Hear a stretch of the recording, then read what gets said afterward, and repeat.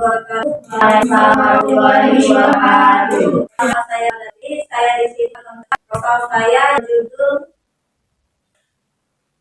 strategi guna pencegahan titisan air Kalembang. Adapun latar belakang biaya yang mana memang merupakan masalah yang terjadi khususnya di lembaga pendidikan, di mana degradasi moral pada anak remaja sekarang mengenai karakter atau akhlak. Hal ini tidak serta-merta diterapkan oleh lembaga pendidikan. Namun pada faktanya fenomena ini menunjukkan bahwa merosotnya karakter moral pada remaja sekarang menunjukkan adanya kegagalan dalam hal menumbuhkan manusia yang berkarakter atau berakhlak mulia. Di mana menurut data dari KPAI terdapat kasus perundungan di sekolah sepanjang tahun 2023 pada bulan Januari sampai Agustus 2023 terdapat 2.355 kasus pelanggaran anak di satuan pendidikan.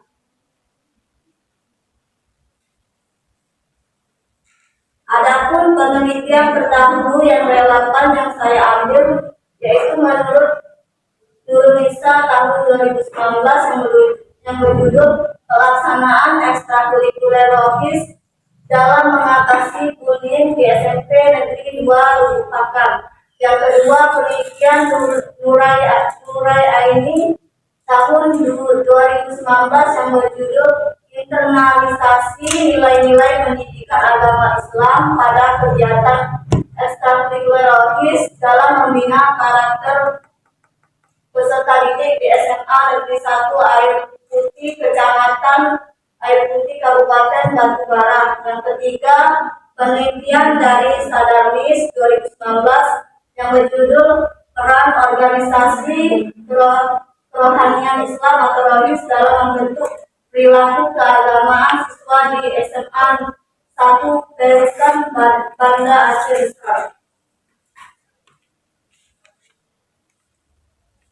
Adapun yang menjadi rumusan masalah dalam penelitian yang telah berdasarkan pada latar belakang yang telah digunakan oleh peneliti, maka yang menjadi rumusan masalah dalam penelitian ini yaitu bagaimana strategi ekstrakurikuler Rohis guna pencegahan bullying di sekolah SMA Negeri 12 Palembang.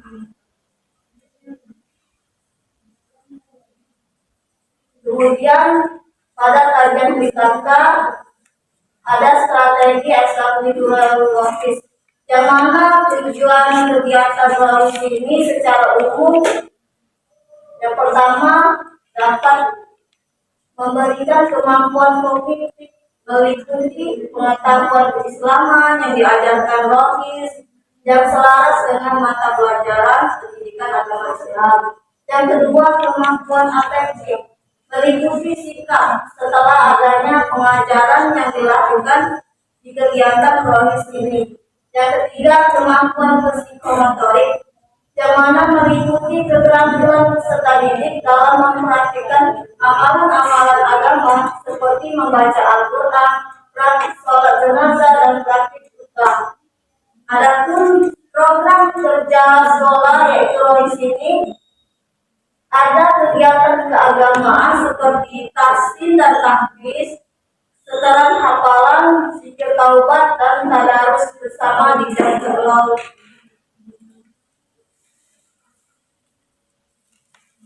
Selanjutnya mengenai perilaku bullying, di mana bullying atau perundungan merupakan suatu tindakan perilaku agresif yang melakukan siswa kepada temannya yang lebih lemah, baik secara maupun secara langsung. Untuk diri dari verbal ada mental dan ekonomi. Dari adanya tersebut bahwa tanpa penyempitan yaitu ada kaki dengan dua serta dengan sebaya, di mana dampak bullying pada ban bisa mengganggu pada saat pelajaran juga gangguan stres, ditambah dengan kata singkat berujung ke adanya tantangan ekstrakurikuler di sekolah dengan gabung yang mana strategi ekstrakurikuler sekolah bullying atau terjadinya bullying melalui yaitu seperti contoh dalam kegiatan tahsin dan aktif. Kegiatan ini merupakan kegiatan yang dapat diterapkan untuk mental religius siswa yang mana metode hal taktis atau menjadi kurikulum yang positif bagi diri kita dan kita menjadi baik. Yang kedua, kegiatan ini yang dilakukan oleh pembina yang mana kegiatan ini berisi pendidikan moral dan akhlak yang dilakukan oleh pembina rohis. Kegiatan mentor ini juga berisi pembinaan yang dilakukan oleh pembina rohis serta ekstrakurikuler. Juga kegiatan zikir taubat, yang mana kegiatan ini dilaksanakan setiap hari Jumat setelah lapangan sekolah diikuti guru dan siswa. Yang keempat, tadarus bersama di jam 0. Di setiap sekolah tentunya ada kegiatan tadarus bersama di jam 0 tersebut, di mana tadarus ini dilakukan sebelum pembelajaran, yang mana dapat dipahami pembiasaan membaca Al-Quran ini walaupun hanya beberapa ayat sebelum proses belajar mengajar dimulai.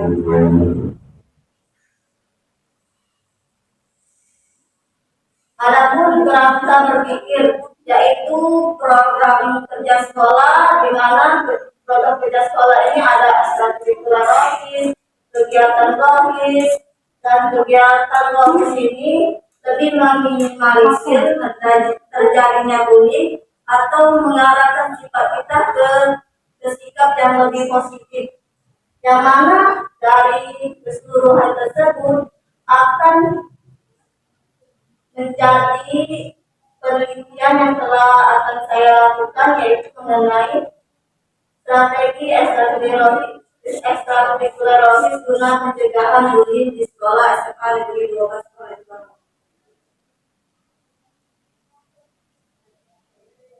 Adapun metode kualitatif, metode penelitian saya yaitu metode penelitian kualitatif, yang mana jenis penelitian ini disusun akan menggunakan jenis penelitian kualitatif berbentuk deskriptif, di mana kualitatif ini menurut Bogdan dan Taylor tahun 1975 dalam Moleon 2011 halaman 4 bahwa metodologi kualitatif ini sebagai prosedur penelitian yang menghasilkan data deskriptif berupa kata-kata tertulis atau lisan dari orang-orang yang dari perilaku yang kedua adalah penelitian saya mengambil di SMA Negeri 12 Palembang, di mana pemilihan lokasi ini didasari oleh berdasarkan saya observasi ke sekolah-sekolah, yang mana dari sekolah-sekolah yang saya observasi saya memilih SMA Negeri 12 Palembang. Karena persoalan saya adalah di lokasi di mana kegiatan di ekstrakurikuler di SMA 12 yang saya ambil itu ada lebih unggul dan juga kegiatannya lebih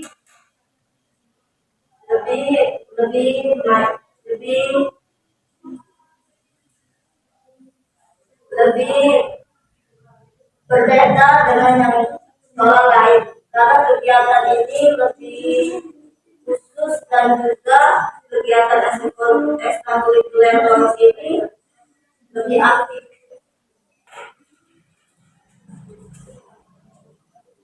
Adapun indikator kegiatan rohis yang telah saya jelaskan tadi mengenai tahsin taktis, retorik, zikir taubat, dan tadarus bersama di jam 6. Mengenai selanjutnya teori tentang indikator pencegahan bullying, di mana indikator bullying ini menurut Rudolf Grasskamp bahwa indikator Bullying ini ada dimensi kepercayaan seperti kita percaya adanya kepercayaan kita kepada Tuhan, kepada Allah yang Maha Esa. Yang kedua, dimensi praktik keagamaan yang mana melalui model taktik, yaitu yang digunakan melalui pendidikan akhlak, dapat melahirkan rasa takut yang sering disebut dengan istilah al-khawf, yaitu takut kepada Allah Subhanahu wa Ta'ala. Yang ketiga, yang keempat, dimensi ilmu agama, yang mana pendidik sebagai contoh teladan bagi peserta didik yang dapat menjadi contoh tauladan, di mana hal ini sangat efektif untuk mempengaruhi siswa, di mana seorang guru adalah contoh tauladan bagi siswa. Tentu saja di kegiatan ini, yaitu membina Rocky sebagai yang membina kegiatan Rocky pada anggota Rocky, dan juga ada kegiatan taktis. Yang kelima, dimensi perilaku, di mana contohnya ini dimensi perilaku kasih sayang antar sesama yang membawa perasaan kepedulian akan berpengaruh kepada perilaku seseorang, di mana atas jika terjadinya bullying ini merupakan dasar kurang rasa kepedulian sesama bagi pelaku akan melakukan tindakan bullying apabila dia tidak memiliki rasa kepedulian sesama.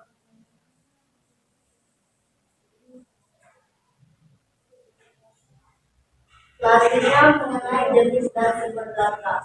Jenis data saya yaitu merupakan data kualitatif, dan juga sumber data saya data privat, yaitu data yang menjadi acuan dari proses analisis data.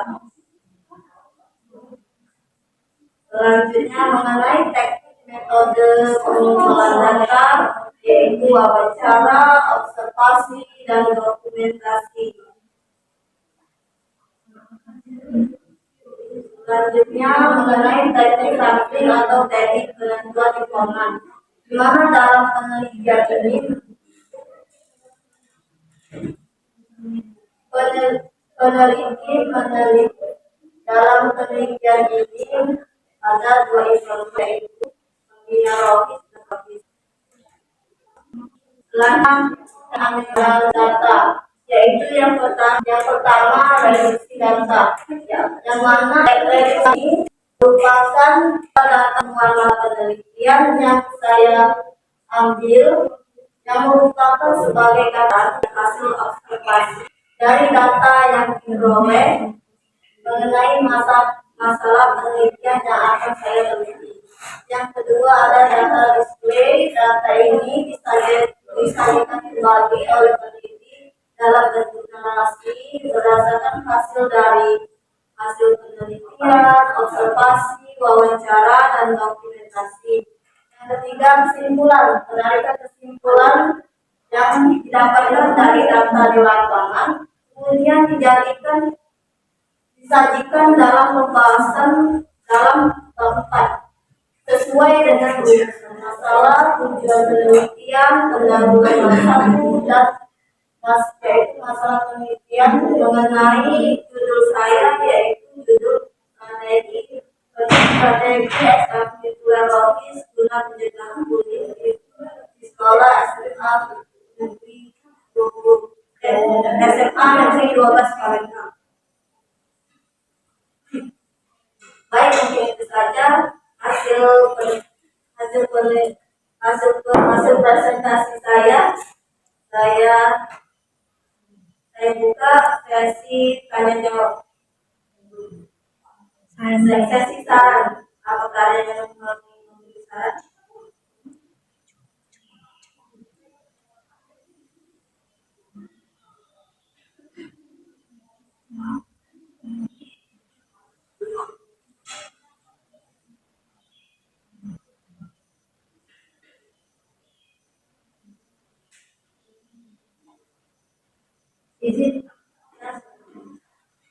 Coba lihat bagian rangka buku.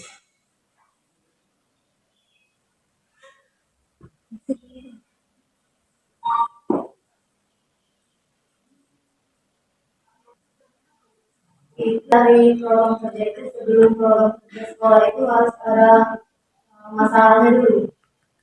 Masalah apa baru dulu juga bagaimana program kerja sekolah itu. Itu saja dari saya. Sebenarnya diperbaiki dulu di atas program kerja sekolah itu harus ada permasalahannya dulu, kemudian program kerja sekolah itu baru turun ke S1 ke. Terima kasih. Ya.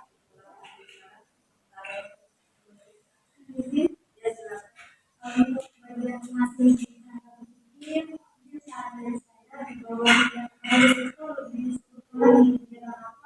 yang menjadi strategi ekstrakurikuler di sini. Jadi misalkan tadi kan ada taktik, biasanya kita dulu taktik, kemudian apa? Karena apalagi kalau misalnya lebih dari satu, jadi mereka bicara pemikiran begitu ini dicantumkan di dalam. Jadi caranya dari saya saran saya